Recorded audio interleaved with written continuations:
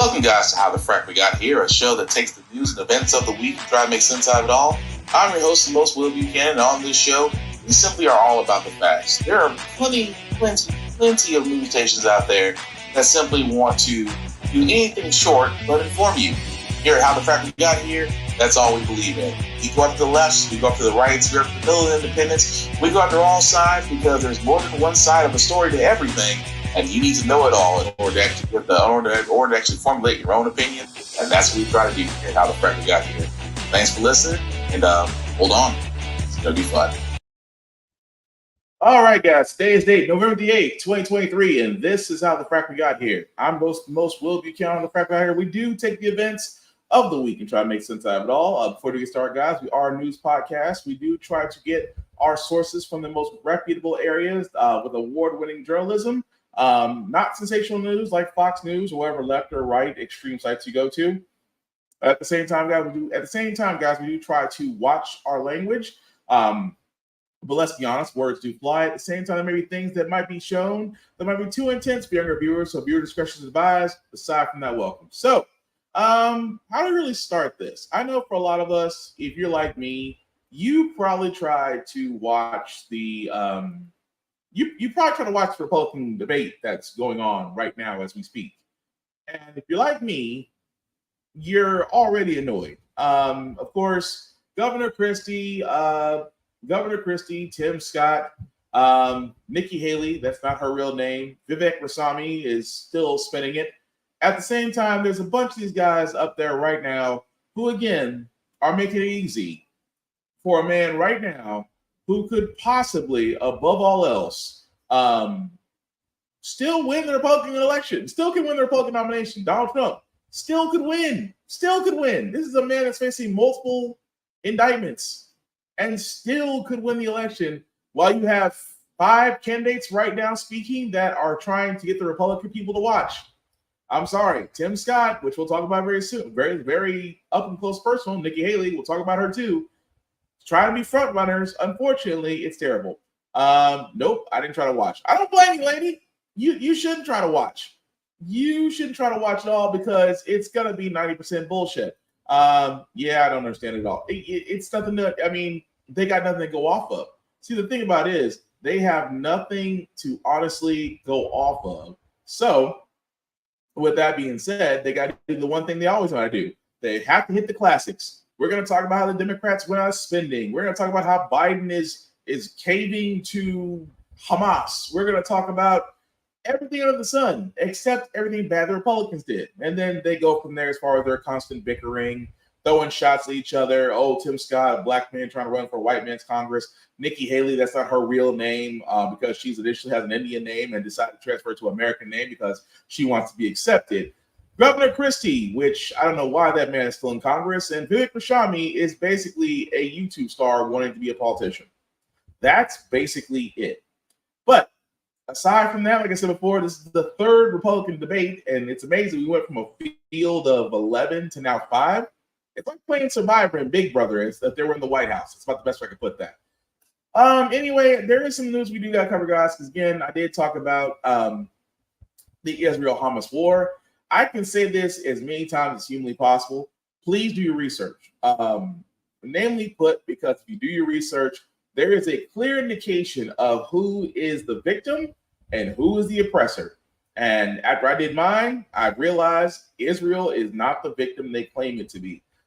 Because there is a lot of information that is being definitely shuttered out there. I highly implore you because, again, there's a lot more going on. There's a lot more history in the Middle East than you may have found out in history books or in your classes. Trust me, the more you find out, the more your opinion of Israel will change. But because it's the Holy Land, the Promised Land, the so-called quote-unquote Christians, aka GOP, and some modern Democrats, for some reason, have to defend it. I don't know why. But anyway, but if you speak again, but here's the one thing. If you speak out against Israel, they like to censor you, like they did with Rashida Tlaib, a representative who just because of a measure that was brought up by crazy ass Marjorie Taylor Greene and enough Republicans and Democrats voted to have this woman censored.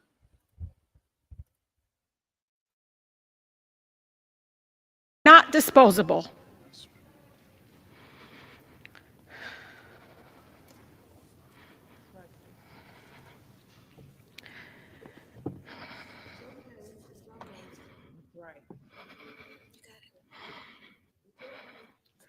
We are human beings, just like anyone else. My city, my grandmother, like all Palestinians, just wants to live her life with freedom and human dignity we all deserve.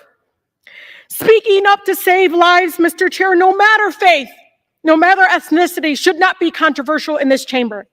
The cries of the Palestinian and Israeli children sound no different to me. Why? What I don't understand is why the cries of Palestinians sound different to you all. Rightly said. Because again, guys, that right there is Representative Rashida Tlaib, a Palestinian American representative in the House of Representatives, because she spoke out along with Ilhan Omar about the fact that not everything is all rosy with Israel. That the fact that Israel was the one that did the strikes, the fact that Israel was the one that's currently occupying areas that did move certain Palestinians into 3 different areas. The Gaza Strip, which you've probably heard a lot in your lifetime, is one of those places. At the same time, she's only pointing out that, hey, how is it that, whenever it comes to Israel, you're ready to go guns in, weapons in, all this stuff, but yet when Israel attacks Palestinians in Gaza, you get quiet. That's the only thing she's saying. I think because of her heritage, I think she has a leg to stand on in the race. And again, guys, I keep pointing this out. When it comes to certain things, be informed. And I say at the beginning of this podcast, I sit there and say about not getting influenced by extreme news, because Fox News paints Palestine and Gaza like they're the second coming of bin Laden. Here's the problem when you have that kind of misinformation, especially for Fox News, because you heard me say it a lot on this show, Fox News is not a real news station. It was proven in court. The fact of the matter is Fox News is a extreme political right-wing tool that is used to scare grandparents and napkins. That's all it's designed to do. The reason why I say that, because of this story. A woman was arrested after driving her car into an Indianapolis building she thought was an Israeli school. Here's the thing. She sat there and said that this location there that you see right there, she believed because of her watching the news from the Israel-Hamas war. She believed that location was a teaching ground for a Palestinian terrorist cell. And she took it upon herself to use her vehicle to crash into said building, and then had the audacity to turn around and tell the police, "Oh, I thought it was a terrorist cell, and I planned to attack what I thought it was because I think that's terrorists there." And I know a lot of people are going, "Okay, that's one crazy ass, possibly white lady." You might be right, but where did she hear it from? She sat there and told police she was watching coverage of the Israel-Hamas war since the surprise attack on October 7th. Now, here's the thing I'm going to keep pointing out, and so true. I'm just saying. Here's the thing I keep pointing out, guys, about misinformation. Misinformation can be just as effective as validated information in the right hands, because that's not the only person. I'm pretty sure there's people out there right now. We even got through talking. There was even a story about one Palestinian child that was shot by a neighbor. The child was 7. I think the child was 8 years old. 8 years old, shot by his neighbor, only because out of fear. And again, this is Fox News at its finest. Fox News, Newsmax, and other ones out there think that there will be an imminent attack on the U.S. There won't be. There's nothing out there. And this comes straight, not only from my knowledge, this comes straight from the Department of Defense, from the Secretary of Defense. The fact of the matter is, there is the fact that they have no basis for coming after us. As you can see, Israel has its own problems. See, right now, it's amazing how we talk about Israel as well. We talk about welfare queens out there. because certain napkins will sit there and say, well, we gotta protect the welfare queens. Israel is the biggest welfare queen this side of Mississippi and Kentucky. Israel gets at least $3 billion from us annually. Not only that, now they're getting weapons and possible troops in that area. Now, keep in mind, the only reason that we have a deal with Israel is because we have 3 strategic bases in the region. Because we always fear that Putin may try something. That's the literal logic they try to go by. We have to occupy this space in case Russia ever wants to fuck around and find out. But the thing about it is, when you see this type of stuff out there, this misinformation, and you don't, and I try to tell people all this all the time, misinformation is an effective weapon. Don't believe me? Ask Donald Trump. Donald Trump used misinformation and white man rage to get into the White House and was able to disman enough people not to vote, but engage enough of his people to vote. He got enough people not to like a woman who was highly qualified to be president. Think about that for a second. A man whose claim to fame is reality stardom, failed businesses, multiple bankruptcies, and yet for 2 years of campaigning was able to tell American people that a woman who was a first lady, a state senator, a secretary of state, and has been around Washington and literally called everything right about Trump in the presidential debates. He got enough people to make sure they didn't vote for her or not vote at all. Why? Misinformation. That's why I keep pointing this out, guys. Misinformation is a very, very, very effective ass weapon. And it can be used here again, especially with the Democratic presidency coming up. With the presidential candidacy coming up for next year, because we might be getting Republican debates. At this point, there are very few Democrats that will stand up to Biden, and Biden looks like he might have a clean slate going into the next round. We're not sure about that. But again, I implore you, I cannot say this enough. Stay informed about everything that's going out there. Not to the point where you'll be misinformed and do something stupid, like shoot an 8-year-old child or run your car into the building thinking that it's a terrorist cell. But honestly, there's plenty of sources out there to where you can get your information. If you don't know them, ask. I'll gladly tell you. But at the same time, we cannot let misinformation guide us to do silly, stupid, or dumb things that can result in damages or even the most extreme case, loss of life. And again, we can keep going. Trust me, we could. But we have to keep rolling stories. For all those that there were a lot of, especially for yesterday. Yesterday did actually have a lot of elections going on, voting decisions, things of that nature. I have to give 2 things to Ohio. Number one, Ohio put women first.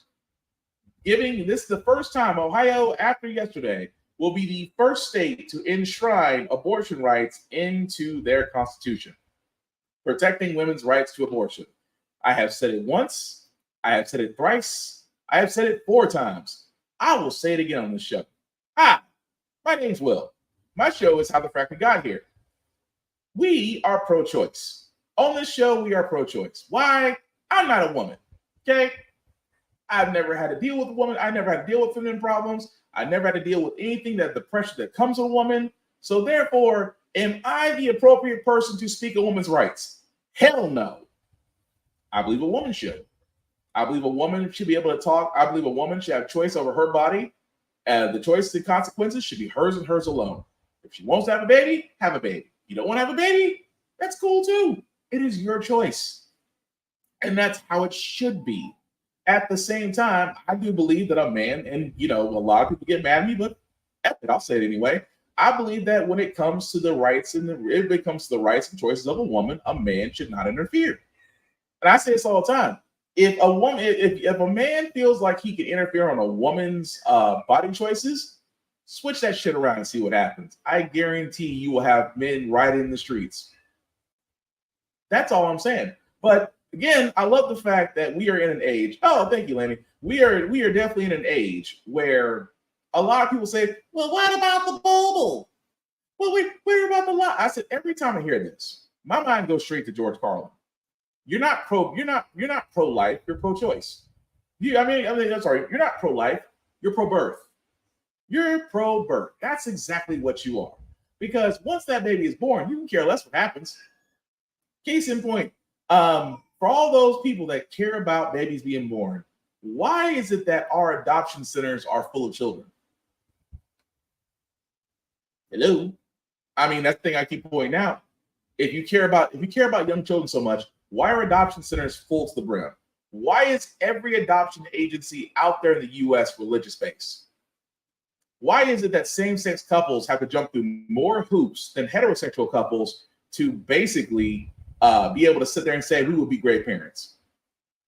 Why is it that, the pro-life people always seem to show up to intervene on a woman's body because they believe that literally the fetus needs to be spoke up to? But you know what's so funny? Once a child's born, you can't find them. Can't find them. They'll sit there and say, it's almost like here in Tennessee. Here in Tennessee, and this is why I point this out, just today, our state legislator voted against taking federal dollars to pay for student lunches. You want to know the reasoning? The reasoning is because their test grades have dropped dramatically. I cannot make this up.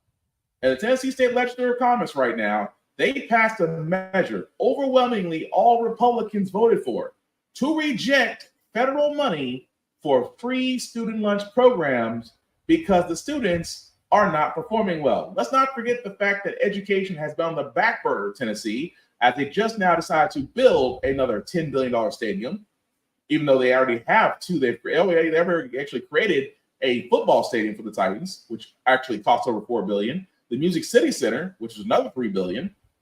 So you're telling me you have money for sports teams, but apparently you have no money for education. Again, education's been in the toilet. Public education across the board. And this is why I say I feel for teachers. Teachers are still underpaid. Here in Tennessee, they still are. But you don't want to address that problem. You don't want to address the overcrowding. You don't want to address the fact that there's not the same type of assistance for educators, not just teachers, but principals, staff, things of that nature. After school programs, music programs, vocationals like metal shop, wood shop, auto shop, those things are gone or almost close to gone. Or even 4-H programs, because students may want to be farmers too. There's nothing wrong with that. But those programs are gone or extinct. But it's amazing to me that even in my state of Tennessee, that they'll turn around and sit there and say, we don't need it because the grades are bad. So how the grades can get fixed then? Which says, I love what Ohio did. Ohio sat there and said, you know what? We're not going to wait for Congress and the Supreme Court to get it right about abortion rights. We're going to go ahead and make sure our state is taken care of. And from there, we'll be fine. Of course, if you're a woman in Ohio, you're extremely happy right now. But also, what do you say, Lanny? Why are they also pro-guns? Because Americans always have the fear that the government will come for their guns. And really quickly, it's funny as hell because I can't tell you. I have firearms, but I'm not. But let me tell you something. I always killed me with it. Well, I don't want the government to come for my guns. The government can get better shit than your 2 measly AR-15s that you purchased at Bass Pro Shop. It's funny to me. Why do you think the government cares about what you got when they can get better shit? The logic makes no sense to me. But at the same time, that's another Republican tactic. That if we ever talk about gun laws or gun registration, what's the first thing they always sit there and say? Oh, they're coming for your guns. Barack Obama, when he was president, the black man's coming for your guns. Oh, if only. That would really scare the shit out of some of you napkins. It really, truly would. But again, I digress. But going back to Ohio for a second. Abortion rights wasn't the only thing Ohio got right. Ohio is going to get high. What I mean by that is Ohio actually, again, another measure that went out yesterday was that they voted to legalize recreational marijuana in Ohio. It overwhelmingly passed. So what that means is, kids, for all those that are paying attention to the places where you can go smoke weed in the U.S., let me bring up a picture real quick. So as you can see right here, guys, this is, of course, all the states that you see in dark green are medical and recreational. Of course, the light green is medical. So if you haven't noticed, Ohio has basically voted for medical and recreational. So in other words, Ohio just became the new Colorado, which means that, again, very soon, within the next year or so, I think, well, sorry, not within the next year, because Ohio law is going to go into effect 30 days after their election. So 30 days from now, Ohio will be able to sell, grow, and pay taxes on weed. Congratulations, Ohio. You just made a lot of people in your country and your state very happy. Now, don't get me wrong. I am not a weed smoker. I'm not. I got plenty of friends who are. I will always be an advocate for cannabis, not just because of the fact that it helps out a lot of people. It is a great alternative to the high-priced anxiety medications and OxyContin and painkillers they try to put people on. It helps people out with PTSD. And not only that, the plant itself has a lot of mechanical and technological capabilities. But because of the war on drugs and because of some napkins out there, they believe that, marijuana is the gateway drug to hard drugs. Yet fentanyl, meth, and everything else under the sun seems to be getting a lot more coverage. But, blame weed. But I wanted to point that out, guys, because out of all 50 states, 38 states right now have some basis of medical marijuana or recreational. Again, I've got nothing against it. I think it's freaking great. But at the same time, people will sit there and argue, well, what's so great about weed smokers? Money. I point this out, and again, the reason why I point this out because I want somebody to say I'm wrong. Every state that has ever legalized marijuana has never had a loss in their financial books. They haven't had a loss. Colorado is giving away money. New Mexico giving away money. Ohio, I will call inside 3 years, will be giving away money to other states. Why? Because the sales on recreational marijuana. People out there just want to relax, and I can't knock them for that. At the same time, guys,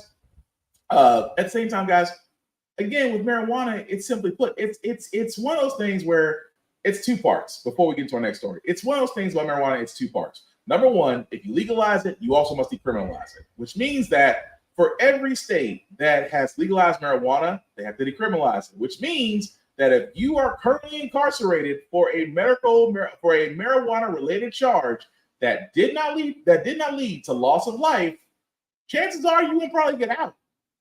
And unfortunately, in the South, because Tennessee is only good for two things: taxes and incarceration. And unfortunately, the corporate CCA, I should say, the corporation that actually holds private prisons, the most in Tennessee, actually has headquarters in Tennessee. They lobby every doggone year to make sure that marijuana does not become legal in Tennessee. Why? 90% of their prisons hold people on 90% of their prisons in which people are incarcerated in Tennessee have marijuana charge. Imagine what would happen if Tennessee decriminalized marijuana. CCA would go out of business. And that's the thing. They don't want to sit there and say the quiet part out loud. That if we legalize marijuana, that goodbye to the very popular, to the very lucrative incarceration system that states and corporations have had that have made money on. Again, CCA being one of them. But I digress. Congratulations, Ohio. Y'all guys got two things right. So I can't sit there and complain. Again, it'd be a great time to invest in weed companies. That's all I'm saying. Wait a Lanny, y'all would get stopped and frisked. To a certain, that's the thing though. They could to a certain extent, but legalizing it means that they can't stop you for it anymore. Now, again, that's not saying you could have copious amounts. You are allowed a certain amount when you're out and about.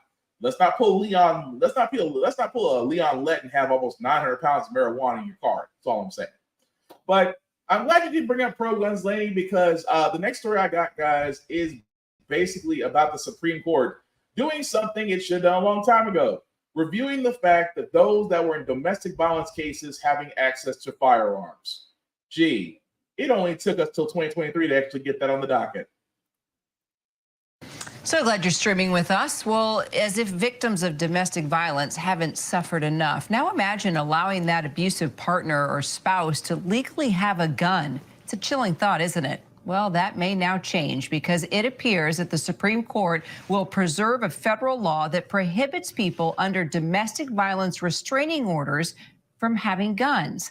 Let's bring in our senior Washington correspondent, Devin Dwyer, for more on this case. So this is definitely one of those blockbuster cases of the year. One of the we're biggest, paying close attention to. One of the biggest cases of the year, very close attention, Kira. This was a major test of one of the most popular gun restrictions in the country. It's been on the books for 30 years, and it's a federal law that prohibits anyone under a domestic violence restraining order from buying a gun. Those records are fed into the background check system, and you can't buy a gun.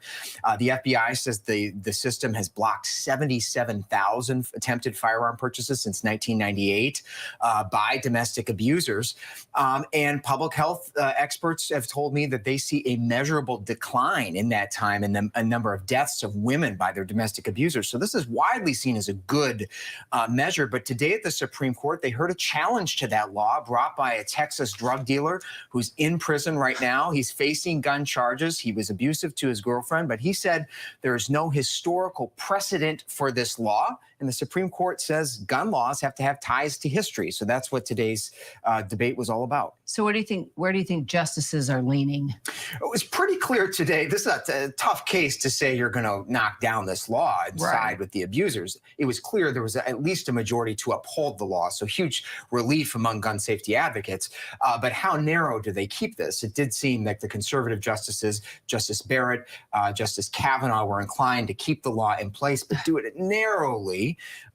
Without violating the rights of what the gun rights groups say are nonviolent people that are getting swept up in this. They presented the case of divorce courts and rushed disputes between a husband and wife, and the judge just saying orders against both of you. And so the other side's argument is that this process doesn't allow effective due process. You don't get a chance to have your say in court. There's no conviction involved here. It's some family court judge slapping a protective order on two people, and you can't have a gun. They say the women should be able to get a gun. Sometimes they can't.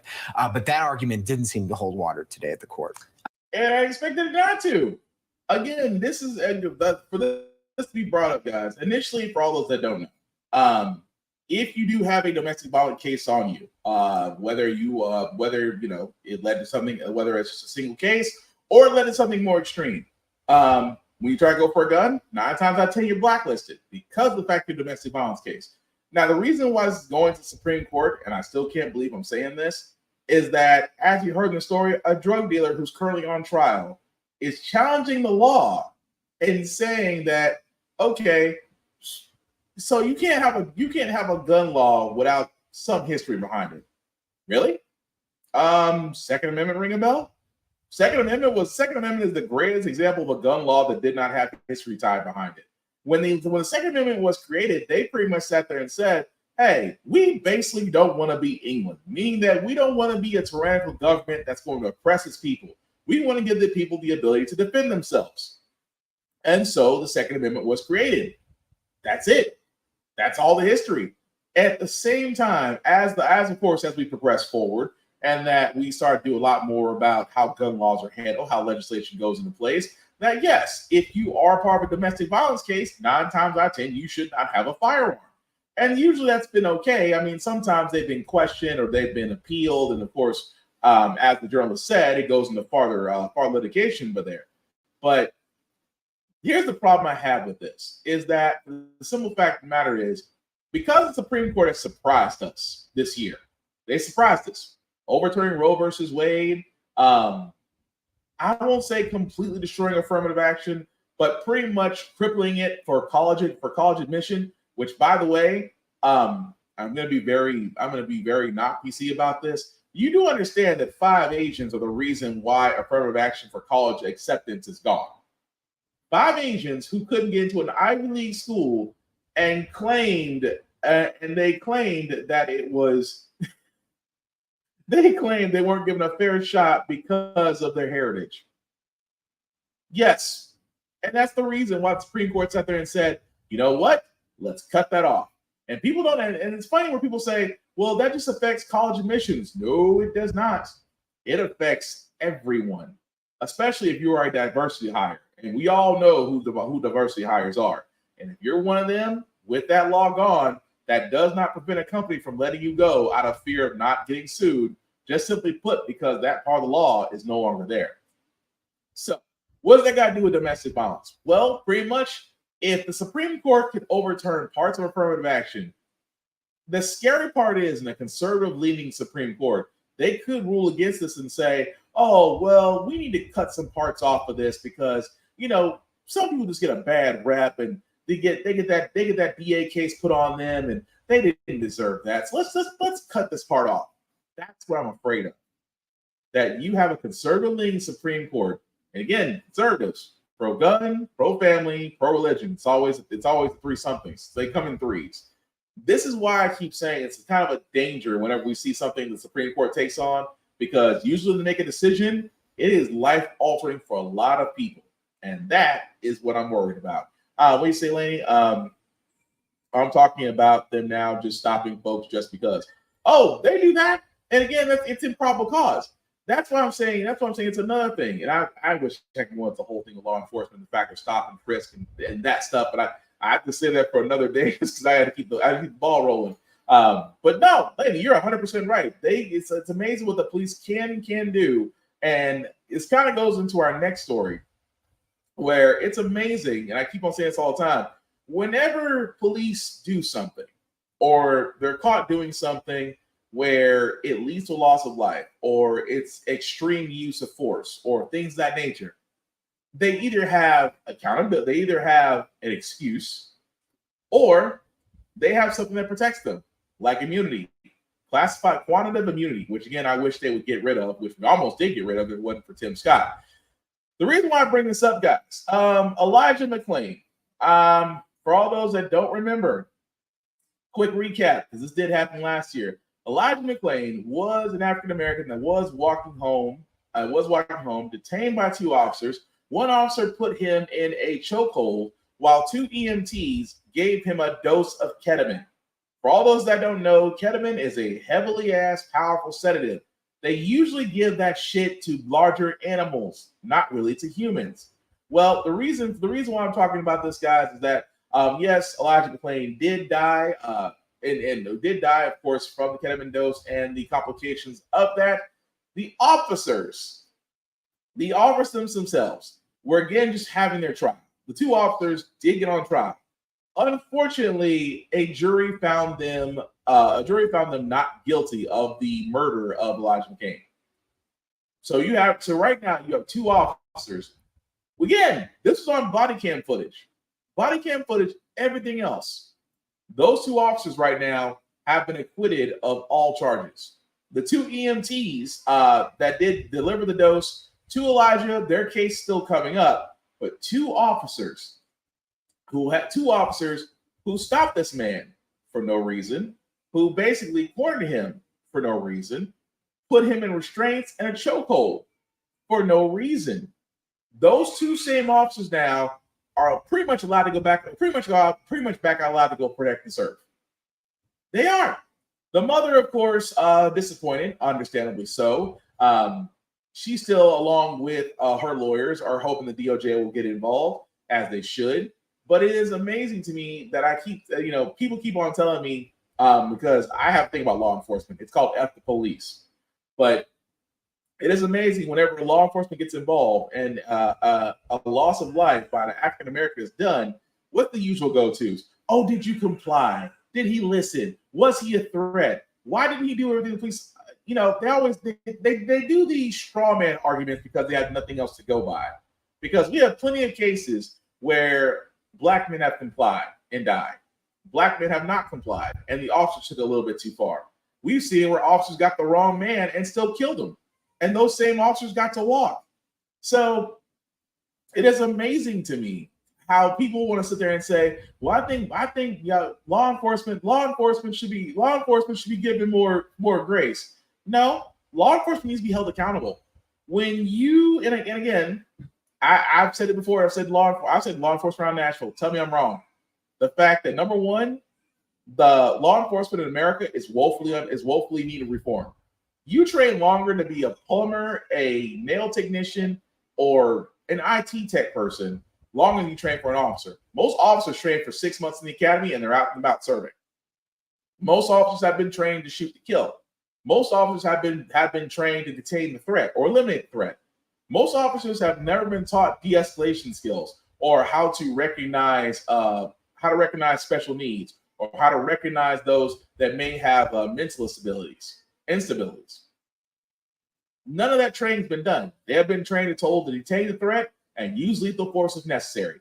Oh, and by the way, with quantitative immunity, that means you don't have to give your testimony immediately. You can come back 48 hours later and give your statement.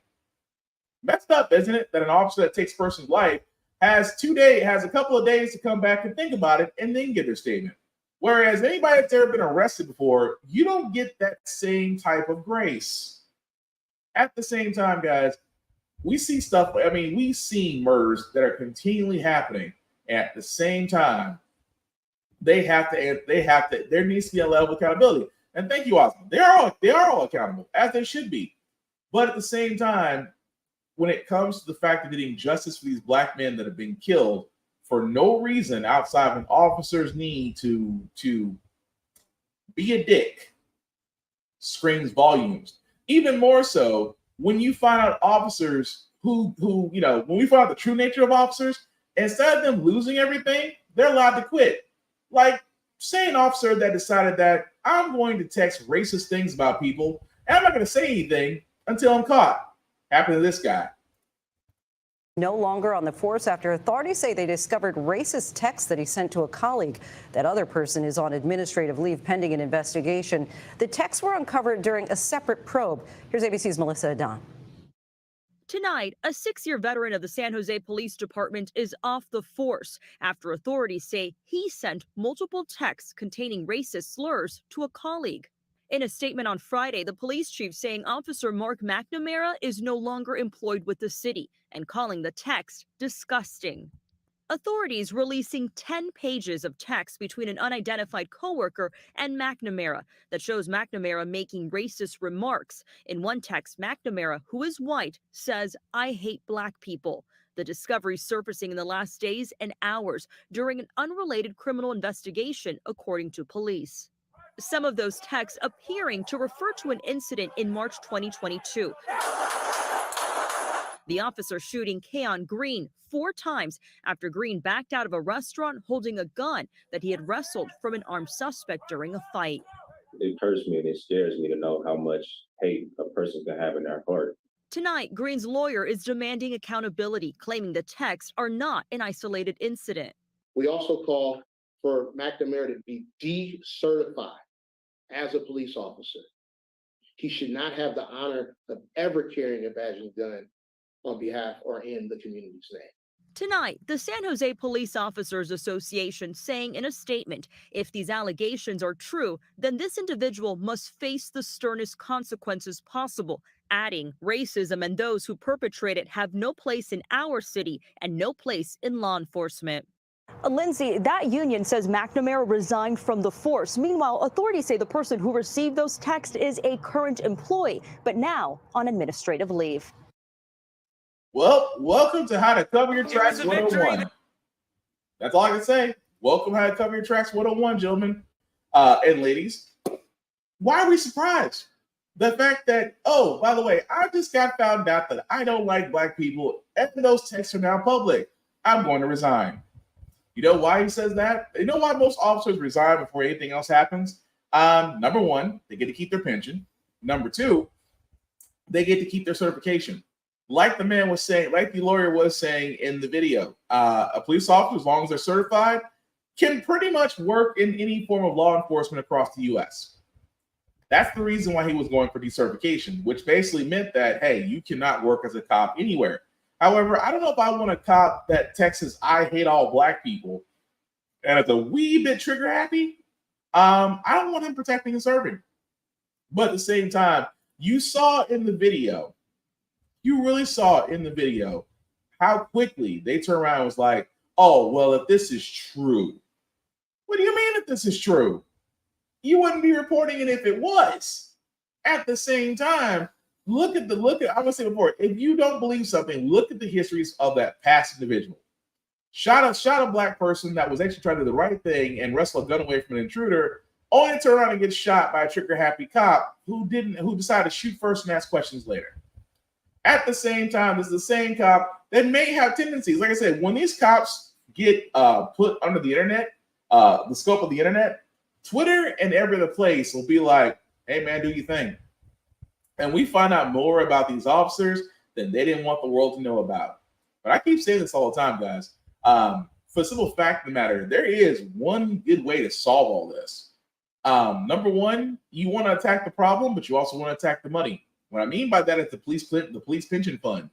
If we tie the police pension fund and we basically use that as a payout system to the victims and the victims' families, I guarantee less of this stuff will happen. Because the last thing an officer wants gone is his pension. And if his pension is used to pay for another person's mistakes, that will drop dramatically. But at the same time, we have to get rid of things like quantum immunity. We have to get rid of this thing that seems to be assumed that every time law enforcement does something right, they're justified until proven incorrect. Whereas in this case, that's exactly what they did. You basically allowed him to resign, and the person that basically sent the text to, oh, well, they're on a leave of absence. Gee, I wonder why. But at the same time, you're going to sit and tell me that law enforcement is completely okay with us, but they're pretty much still using us as target practice. Again, if you wasn't sure about me the first time, I'll say it again, F the police. Moving on. Trump, how can you say, let me tell you this really quickly, guys. If you are not following the Trump trial in Manhattan, number one, it is a definite ray of sunshine to see Trump not do what he always does.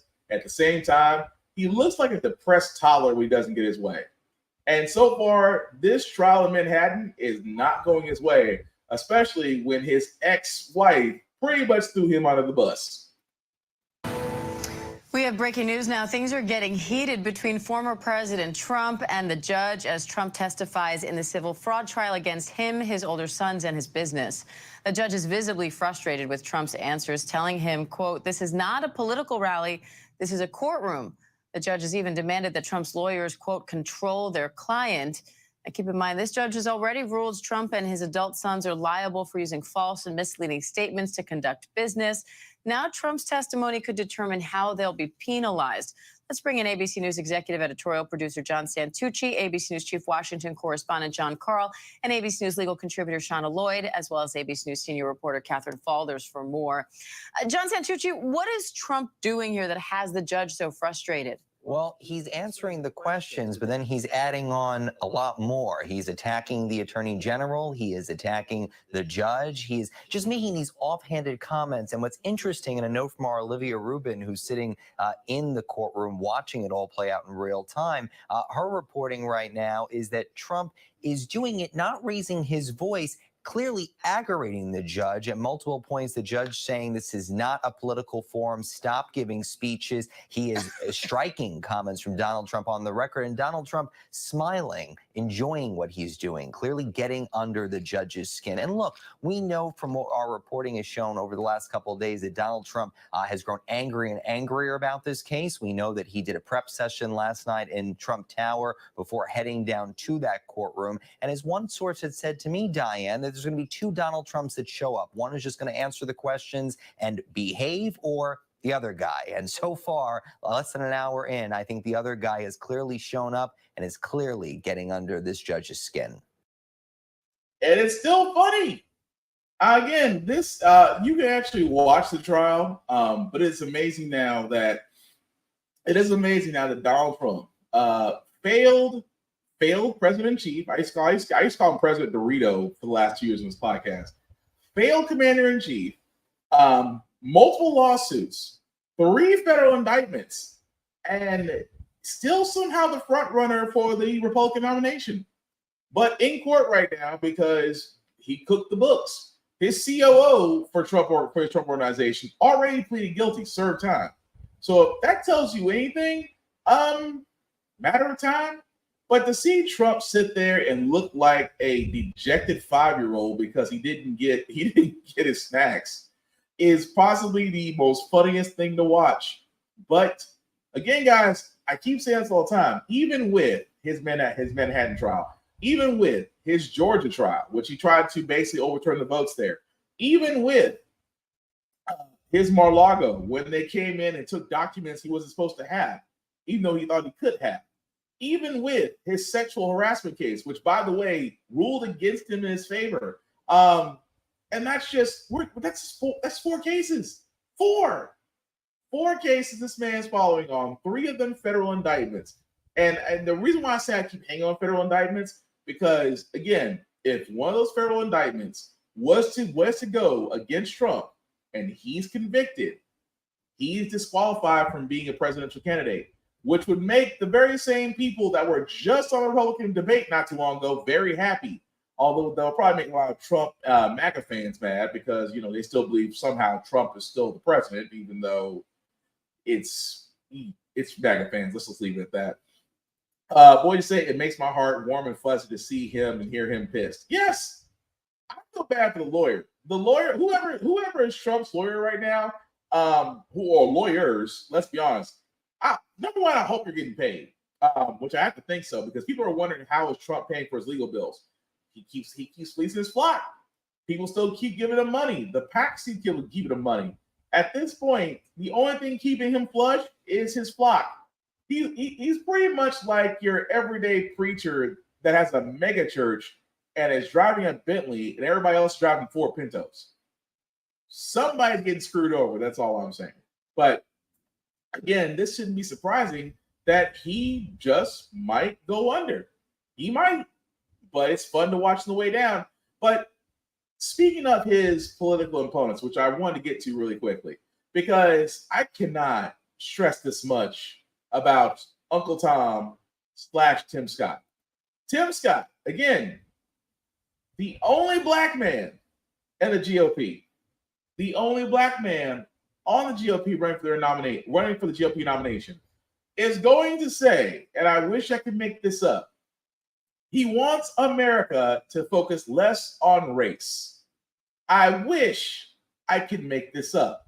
Presidential hopeful Tim Scott says that while he has talked about his openly on race, he believes that talking about race divides America more. He believes that because of critical race theory and other indoctrinated studies, such as African American studies, have led people to be very divisive on race, and therefore we weren't looking at race as heavily until these two things came along. You got to be, and forgive my language, you got to be fucking kidding me. Really?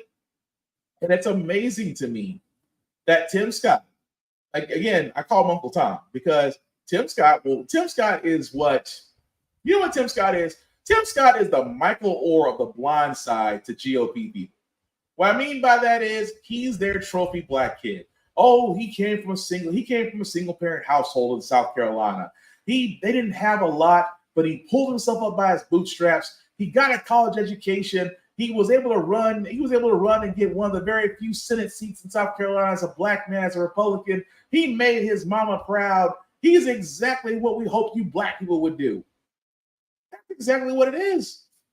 But Tim Scott, again, a man who might as well just be a napkin dipped in chocolate and shit, is going to sit there and tell us, Americans, we need to stop talking about race.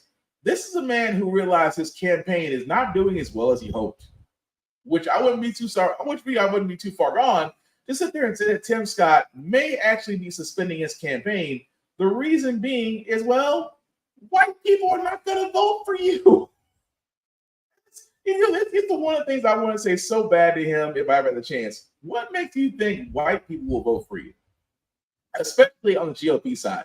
Oh, he kissed up to Trump. Yeah, but Trump endorsed. You notice that everybody Trump endorses has either lost or been in jail. And at the same time, you want to turn around and say, well, I like Tim Scott. He's a good man. Wait, Trump endorsed you? You might as well go ahead and hang it up now. But I don't expect Tim Scott. I mean, I'm surprised Tim Scott got this far for the third Republican debate. Again, the man has something to stand on. You know what Tim Scott's latest plan was? I keep bringing this up. You understand that Tim Scott, during the United Auto Workers strike, had sat there and quoted GOP's Jesus, Ronald Reagan, and sat there and said, if workers should strike, they should be fired. The UAW actually filed a complaint against him for that, as they should, because he does not believe in unions. He doesn't believe in anything but the free market capitalism of America. They talk about it like it's the holy spirit of the US. They really do. And again, with Tim Scott, again, he believes that, when it comes to education, that educators don't know what they're talking about, that parents should have more control over what is being taught to their kids. You can do that. It's called homeschool. You can teach whatever you want at home. But parents, unless you have a background education, unless you have actually taught a curriculum, unless you have actually presided over a school as a principal, maybe you should have a seat and shut the fuck up. But again, it's Tim Scott. Why are we surprised? The fact that he still thinks he can get a nomination from an all-white party is amazing to me. But he's not the only one. Nikki Haley, that's not her real name, is also in hot water. Why? Because like a lot of these Republican opponents, they're all taking private speeches. These private donors, things of that nature, they usually come in, $250 to $300 a plate just to hear these people talk. Nikki Haley has sat there and said, I am not going to say what I've been saying in these private locations. And if you're a voter, that should kind of piss you off. Because the reason why I bring that up, does anybody remember Mitt Romney and his 47%? Mitt Romney, again, a man who may have won against Barack Obama. If it wasn't for somebody recording him at a private dinner where Mitt Romney said, the 47% of Americans out there who are minorities will never vote for someone like me. And when that got out, Mitt Romney had to sit there and say, well, yeah, that's about right. Kiss his presidential election goodbye. Why am I saying it's about Nikki Haley? Because she's the same way. Nikki Haley was a failed ambassador for the U.S. because she thinks she can talk about Ukraine, but really she hasn't done shit in that position when she was first there. She was a terrible representative, again, voting against women's rights and minorities. But yet, this is the same person that believes she can go ahead and clean up Congress. Right. And I'm a virgin. Hey, Kara. Looks like I came out of a pivotal moment. You kind of did. But I point this out, guys. When it comes to these Republican candidates, again, do your research. I'm only saying this for a simple point because I'm looking at it from the outside in. These are all people right now on debate that is still happening right now, as far as I know, because they're not debating against anybody on that stage. They're debating somebody who looks like an angry 5-year-old in court right now. That's it.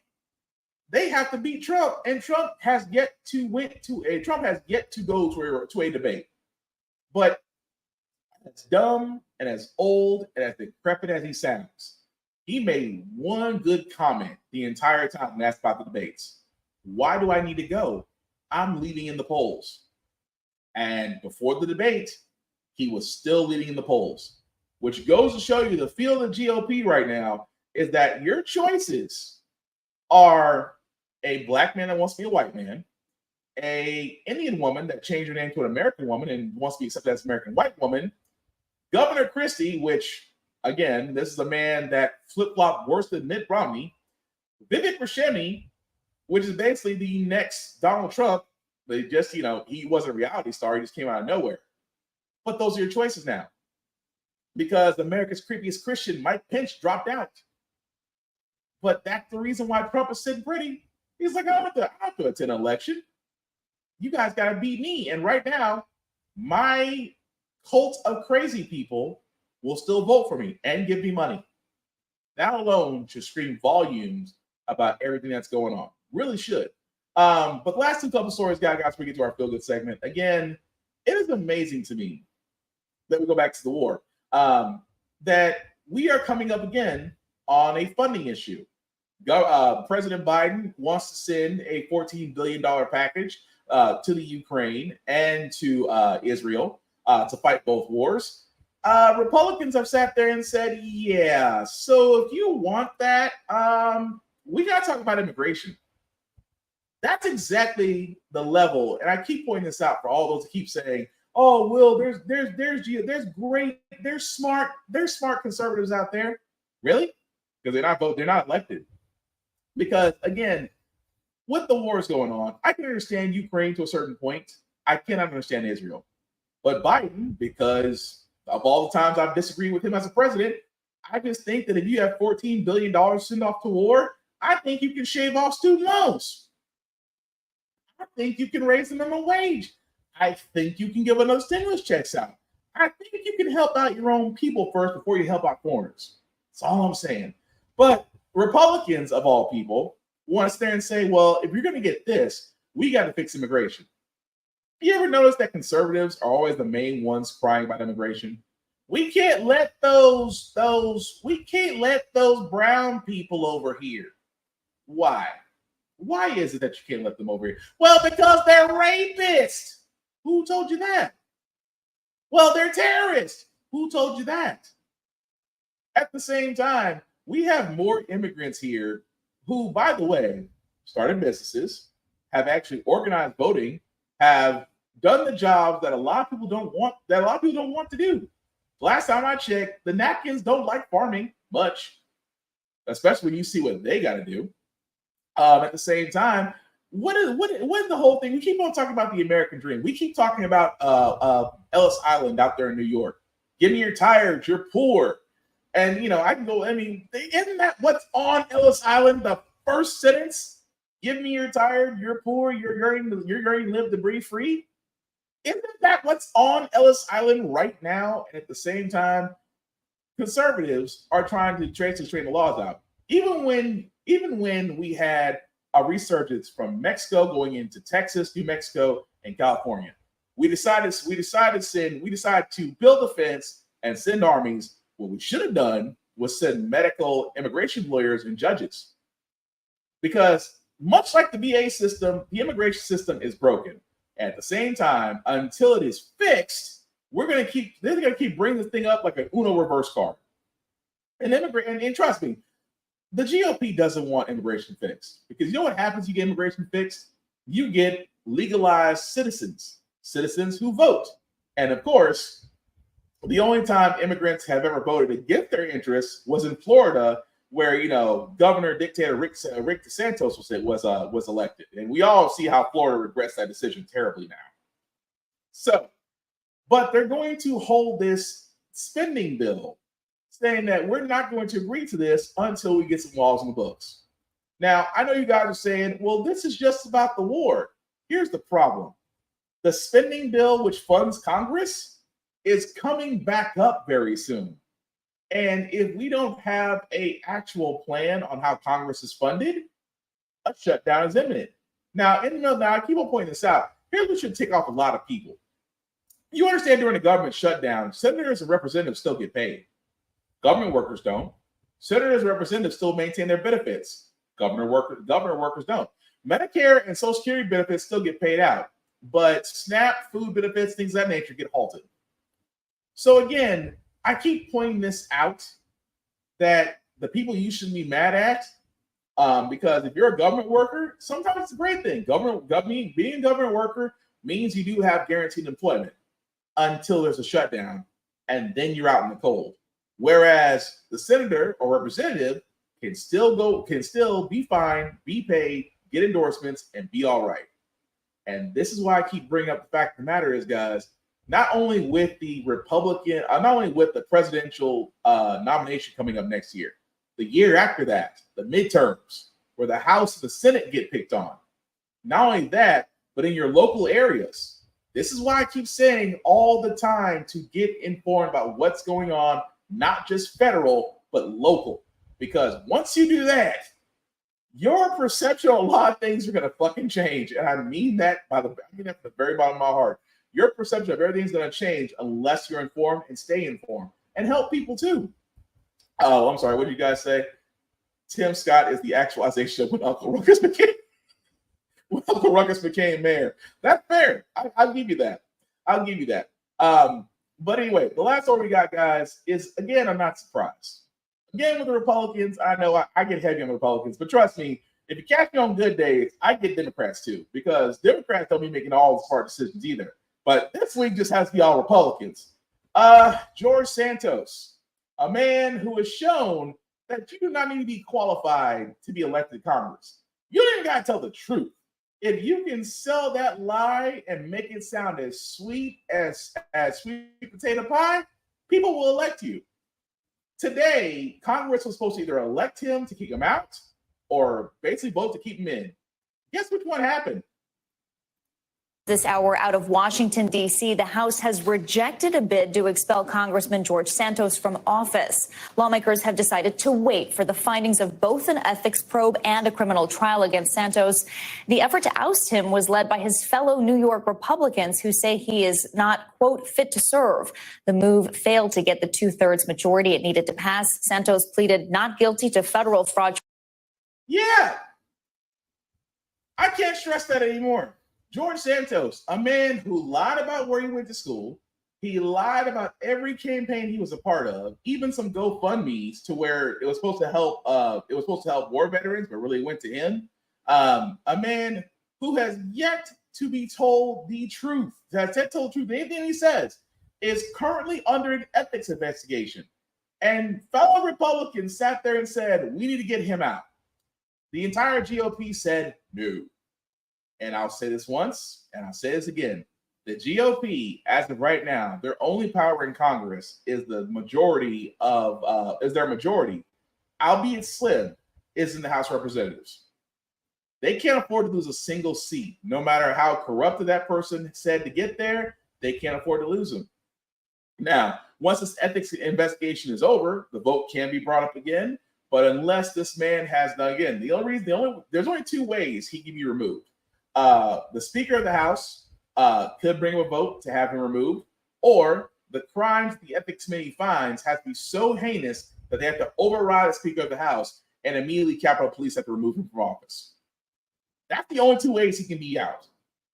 I'm curious to see what they're going to come up with, because as the GOP says, it's not about helping the people. It's about retaining power. So we really shouldn't be surprised by that. That's all I'm saying. But we're going to move on to our feel-good segment, because usually on How the Frack we got here, we cover a lot of things that are doom and gloom. Sometimes they use a faith in humanity, but hey, it's Wednesday, it's hump day. We need something good this week. And hopefully this next story that I have will definitely make you feel good, put some good vibes in your system. I love to see when people who make a difference get rewarded and get acknowledged for it, because you should always be able to give your flowers to people while they're alive, in my opinion. And I came across a story on Good Morning America, and I thought I'd share this with y'all. We have the man of the hour. We've been waiting to meet Vince. And you know what? He's right on the other side of this curtain. He's a writer, he's a poet, and he's an advocate for people with disabilities and disadvantages. He thinks he's here at the Hard Rock Cafe, to discuss his documentary, but of course, we couldn't make it easy for him. It's really not the event he thought it is or was, but he's about to get the surprise of a lifetime. So let's go find him. You guys open the curtain. Let's go. Open the curtain.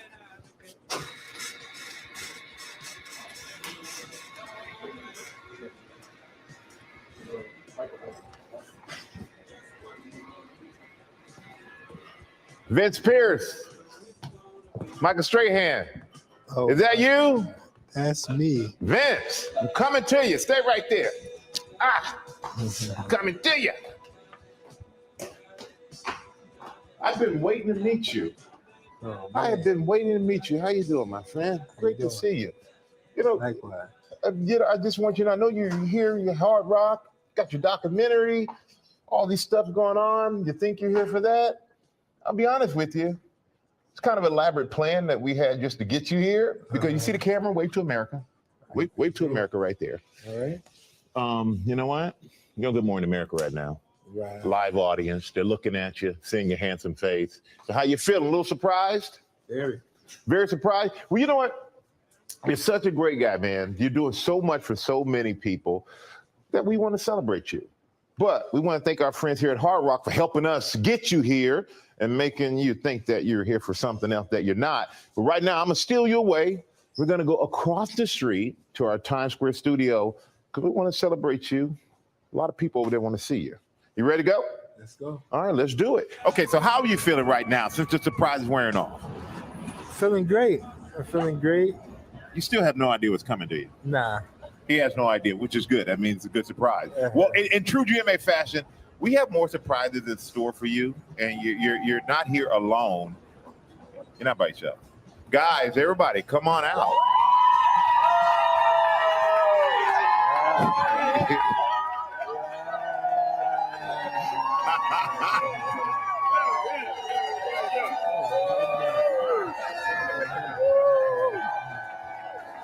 All these people, your family, your friends, everybody is here for you, the co-workers. They all want to celebrate you, Vince. You deserve the celebration for all the inspiring work that you've done. But while they may know how great you are, they know we want the rest of the country to know how great you are. So let's take a look. The most special thing about Vince is just his charisma. Vince is like actually the coolest person you've ever met. When he enters the space, he commands attention. He just smiles. He just lights up a room. And there's something really contagious about that. Writer and musician Vincent Pierce turns his struggles into lessons through the Reality Poets, a group of gun violence survivors using poetry and art to advocate for those with disabilities and disadvantages. Hit in the neck, I ain't even feel the burn, paralyzed instantly. Praying to God, please don't take me now. I got a little girl to look after, and I'm not trying to look after her from the sky. In 2012, Vince was shot, leaving him wheelchair bound. Slow down. Stop playing with them guns. Stop selling them drugs. But God is a forgiving God. So sit in this chair, my son. Learn life lessons. And know that life is a blessing. Turning his pain into perseverance, Vince sharing his story in impactful ways, educating kids about the consequences of living a life on the streets. I'm very proud of him because I don't know how I would have reacted in that situation. I'm very proud that he handled it and going on with his life and doing good things. It means a lot to me that he's a leader in the community because a lot of communities don't really have someone they can look up to. For him to be that for people, and for me, it's a cool thing. Now the director of Open Doors, a nonprofit working on gun violence prevention and disability justice. Vince is looked upon as a leader. As soon as I come up with a new project, he's the first one that I call right away. Vince is a great leader. I feel very good because he's the one that speaks up. He's not afraid. There's a presence about him. So when you speak to him, you feel the presence of him being incredibly present. With his humor and humble voice, he continues to inspire all around him. Vince definitely makes me a better person. I would say really just because he brings the best out of me. I don't want to let Vince down. My dad inspires me, even though he has limitations. He showed me that anything's possible and you can do anything you put your mind to. Thank you, V. You know, you're my man. You know, I'm your man. You know, I got your back. Vincent, I love you. Keep doing what you're doing. Hey, Dad, I love you. I'm very proud of you and very glad to be here to celebrate you. Now, Vince. I know this is a lot to take in, a little overwhelming moment for you, but how are you feeling right now? Surprised. Surprised? Yeah. You didn't know anybody else was here? Nah. Well, we saw your daughter, Natasia, in the piece, and she's here. Natasia, what is the greatest lesson that you've learned from your dad? To always surround myself with the right people and never allow myself to be peer pressured into anything. That's a great lesson. Same thing I got from my father as well. And you know what? Great lessons to listen to. And you know, your daughter's here. All these people are here, and they've been keeping this a secret from you. And you have no idea that something big is about to happen. You know what? We're going to make sure that this surprise and that you being stunned is worth it, my friend, because we know funding is very difficult for your organization, you know, to come by. So we have these friends. They're at the Craig H. Nielsen Foundation. They have been so impressed by you and all the work that you do, and they want to help your cause. So some of your friends are here to help us out. So I'm going to ask them to flip the cards There you go, Fred. Flip the cards. The Craig H. Nielsen Foundation is going to donate $10,000 to your foundation. What could $10,000 do for you? It can do a lot. It can help us go in schools. It can help us continue to work in the community. Continue the good work in the community, the great work in the community that you're doing. You know, Vince, $10,000 is nice, right? It's a lot of money. Yeah. I think we're missing a zero. Yeah, we're missing. They're going to do $100,000 for you. Now, how would $100,000 change your work? It left you speechless. Yeah, left you speechless. Which I get that. I get that. You know, $100,000. That's pretty good. Yeah. Pretty good. But hold on. I'm hold on. Hearing something from the control room. Vince, take a look at the jumbotron up there. But wait, there's more. What could that be? $1 million.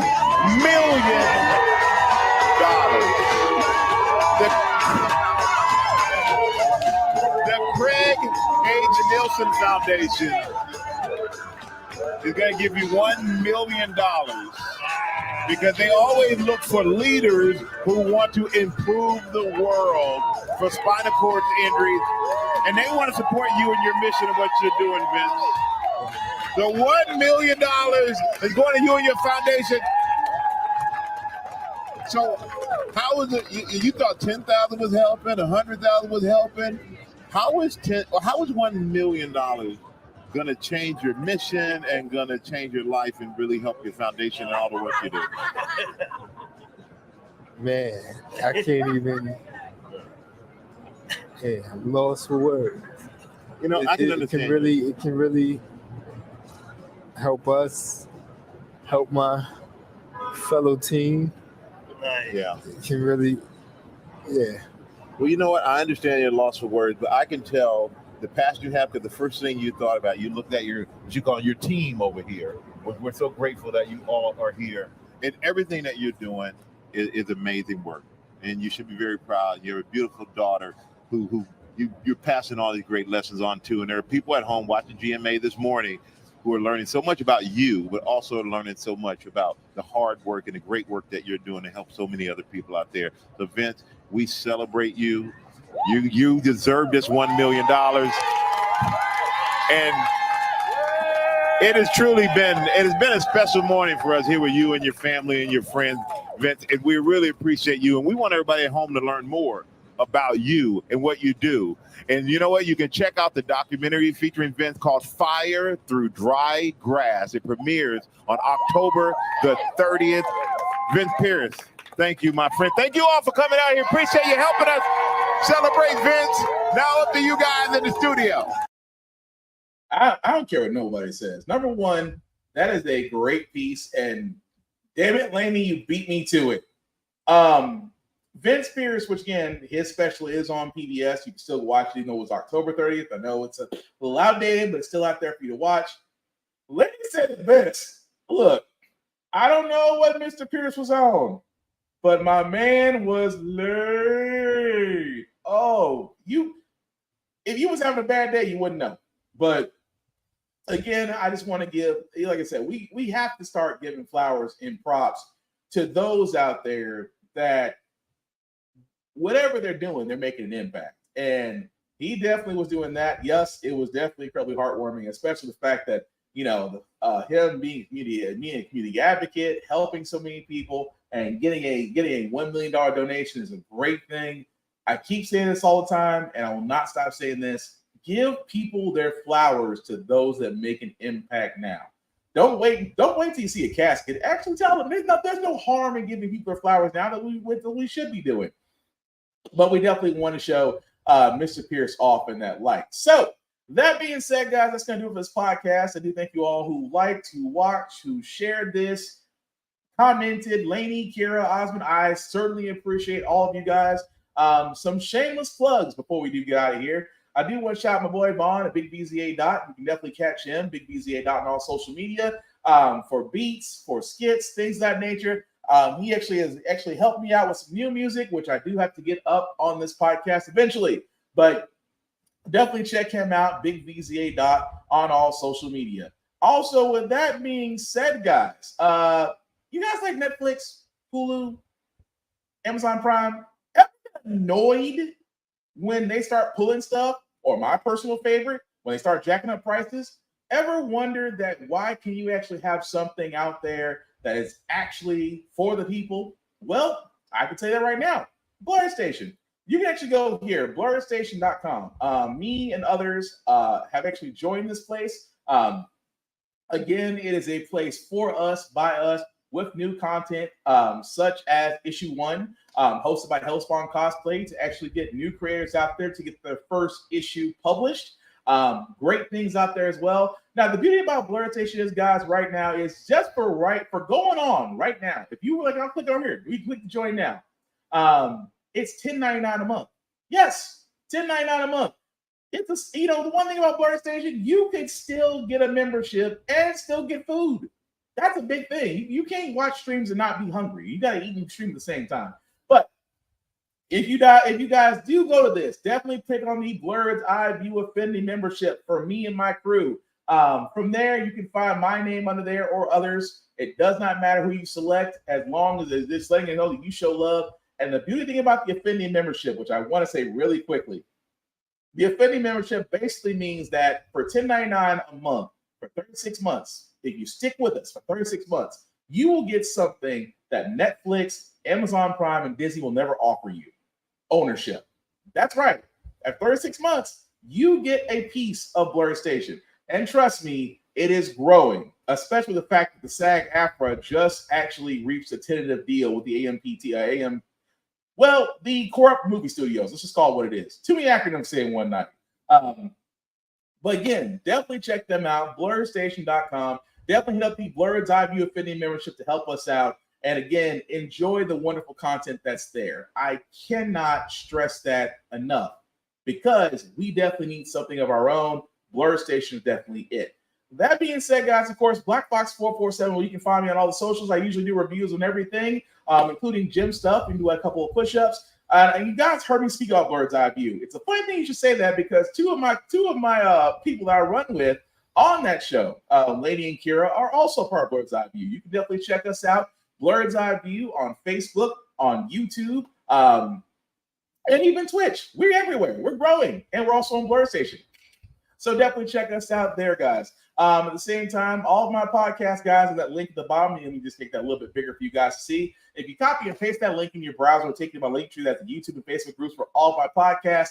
How the Frack Got Here, Gibbit Podcast, of course, off of this podcast. You can definitely like, share, and subscribe. Make them thing grow. Also, make it 3. Oh, Tafari jumped in. Tafari TV, definitely check him out. Tafari TV on all socials as well. But again, with that link, guys, like it, share it, and again, with everything that we talked about tonight, my big thing is I'm a big conversation person, which means I want to keep the combo going.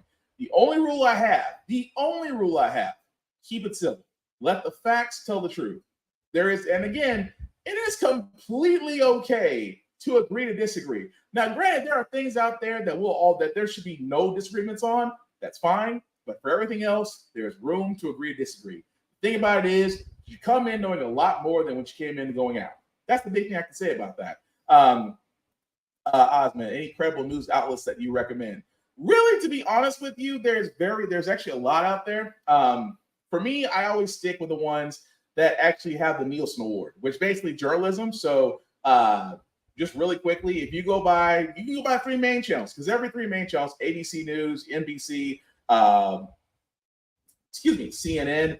You can also go by addictinginfo.com. You can actually go by Politico. You can go by PolitiFact, which again was highly recommended for the fact they're looking for research-based truth evidence in anything that's published. So again, if you want more, I'll definitely reach out to you and give you my entire list that I go through. It's like 50 different sites, but I'll give that to you if you ask.